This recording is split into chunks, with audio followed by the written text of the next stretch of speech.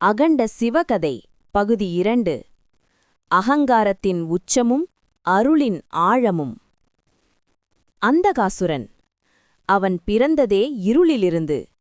அவனுடைய தந்தை நான் இறக்க மாட்டேன்னு வரம் வாங்கி அகந்தையில் அழிந்தவன். அந்த அகங்காரம் மகனாகவே அந்தகாசுரனில் பிறந்தது. அசுரனின் தவம். அந்தகாசுரன் இமயமலையின் அடர்ந்த இருளில் கடுமையான தவம் செய்தான். உணவு இல்லை, நீர் இல்லை, உறக்கமில்லை. ஒரே மந்திரம், சிவா, நீ எனக்கு வரம் தராவிட்டால் இந்த உலகமே எரியும். யுகங்கள் கடந்தன. இறுதியில் சிவபெருமான் அவனுக்கு முன்னால் தோன்றினார். தவறான வரம். அந்தகாசுரன் கேட்ட வரம், எந்த ஆயுதத்தாலும் எந்த தேவனாலும் நான் அழியக்கூடாது.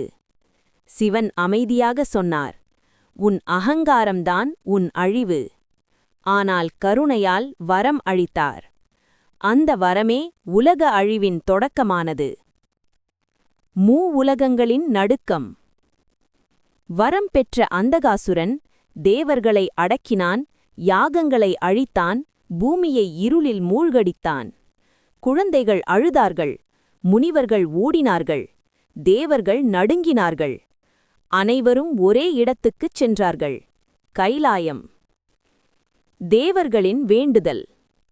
தேவர்கள் தலைவணங்கிச் சொன்னார்கள், பிரபுவே, நீங்கள் தரும் கருணையே உலகின் சாபமாக மாறிவிட்டது. சிவன் கண்களைத் திறந்தார். அந்தக் கண் திறப்பில் காலம் நடுங்கியது, இருள் ஓடினது. அவர் சொன்னார், அசுரனை அழிக்க அவன் உள்ளே இருக்கும் இருளை அழிக்க வேண்டும். சிவனின் போர் ரூபம். சிவன் ஒரு கொடூர ரூபமெடுத்தார். நெற்றியில் தீ, கையில் சூலம், அடியில் பூமி நடுங்கும் நடை. அவர் நகரும் ஒவ்வொரு அடியும் தாண்டவம். அந்தகாசுரன் சிரித்தான், உன்னைப்போல பலரைக் கண்டேன். அந்தகாசுரனின் சக்தி. போரில் அந்தகாசுரன் விழுந்தான், மீண்டும் எழுந்தான். அவன் நிழலிலிருந்து 1000 அசுரர்கள் உருவானார்கள். அவனைக் கொன்றால் அவன் மேலும் பெருகினான்.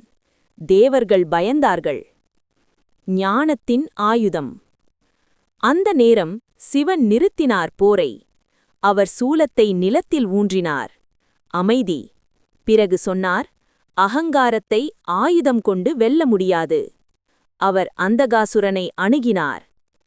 அசுரனின் மாற்றம். சிவன் கேட்டார், நீ என்ன தேடுகிறாய்? அந்தகாசுரன் திகைத்தான், நான் அழியாத தன்மையை. சிவன் சிரித்தார், அழியாதது உடல் அல்ல, உண்மை. அந்த வார்த்தைகள் அந்தகாசுரனின் உள்ளத்தில் புயலாய் மாறின. அவன் ஆயுதம் விழுந்தது, கண்களில் கண்ணீர். இறுதி அருள்.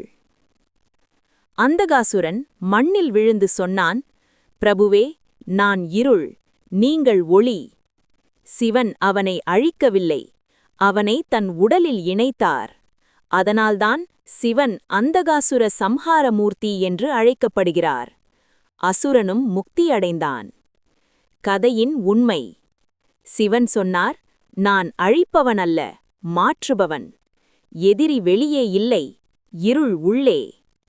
உலகம் மீண்டும் மலர்ந்தது. தேவர்கள் தங்கள் இடம் பெற்றார்கள். பூமியில் தர்மம் மலர்ந்தது. முனிவர்கள் தவம் தொடர்ந்தார்கள். சிவன் மீண்டும் கைலாயத்தில் அமைதியாக அமர்ந்தார்.